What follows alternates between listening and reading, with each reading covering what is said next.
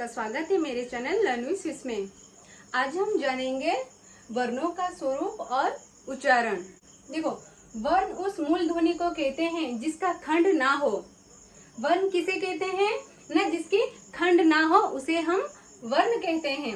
जैसे कि अ, क, च, म और प होता है, इसका खंड नहीं हो सकता, इसीलिए उसे वर्ण कहते हैं। ये एक एक सब एक वर्ण है। देखो, मैंने यहाँ पे लिखा है पानी। पानी शब्द की दो ध्वनियां हैं। कितने ध्वनि है? दो ध्वनि, एक पा और एक नी। इनके भी चार खंड है, जैसे कि प और आ, पा, न और ई, नी। पानी कितने खंड हुए? चार खंड हुए। ठीक है, इसीलिए ये मूल ध्वनि वर्ण या अक्षर कहते हैं। ठीक है, समझ में आ रहा है कि मूल ध्वनि को ही हम वर्ण कहते हैं। जैसे कि अ, क, च, म, प। ठीक है, ठीक उसी प्रकार पानी शब्द के कितने ध्वनि हुए? दो ध्वनियां हैं, जैसे कि पा और एक नी होता है। उसके कितने खंड हो सकते हैं? चार खंड हो सकते हैं, एक पा और एक आ और एक न और एक ई। इसीलिए वर्ण या अक्षर हैं। उसके बाद हम चलेंगे स्वर वर्ण। ठीक है, स्वर वर्ण, स्वर उन वर्णों को कहते हैं जिनका उच्चारण बिना अवरोध के होता है।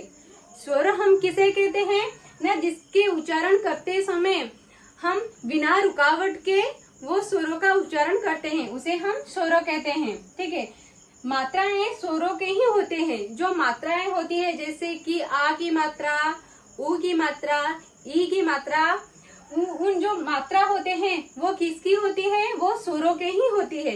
व्यंजन की कोई मात्रा नहीं होते हैं। ठीक है, और ये रहा ह्रस्व स्वर। ह्रस्व स्वर किसे ने? ये स्वर मूल या ह्रस्व या एकमात्री कहलाती है। वो एक मात्रा होती है जिनके उत्पत्ति दूसरे स्वरों से नहीं होती। ठीक है, जैसे कि अ, ई, उ, री, ये मात्रा एक मात्रिक होती है। ठीक उसी प्रकार दीर्घ स्वर। दीर्घ स्वर क्या होती है?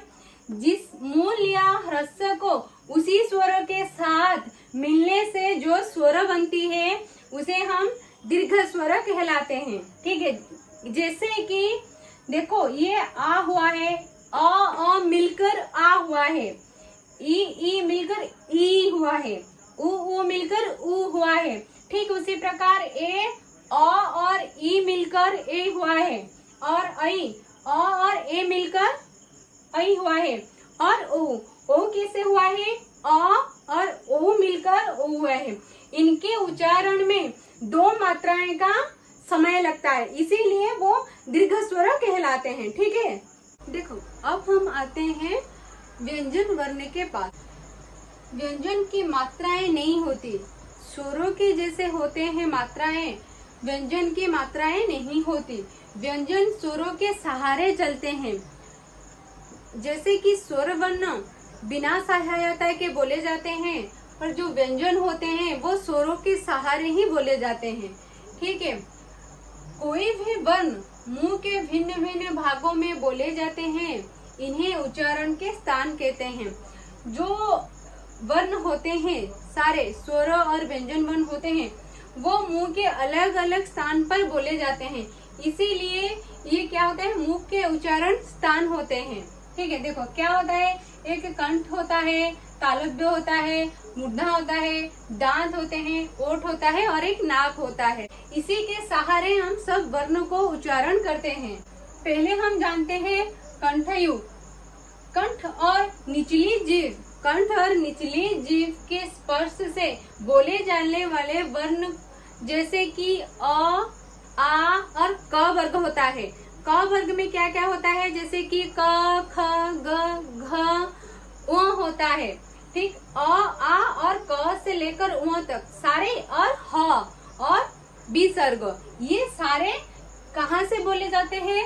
कंठ और निचली जीभ के स्पर्श में बोले जाते हैं। उसके बाद हम आते हैं तालव्य। तालु और जीभ के स्पर्श से बोले जाने वाले वर्ण क्या क्या होता है? ई, च वर्ग, य और स। च वर्ग में क्या क्या होता है? च, छ, ज, झ, य, ये सारे, और य और श होता है। ठीक है, तालव्य स होता है। और उसी प्रकार मूर्धन्य, मूर्धा और जीभ से स्पर्श बोले वर्ण क्या क्या होता है? री होता है, ट वर्ग होता है। ट वर्ग में ट, ठ, ड, ढ, ण और र होता है और मूर्धन्य स होता है।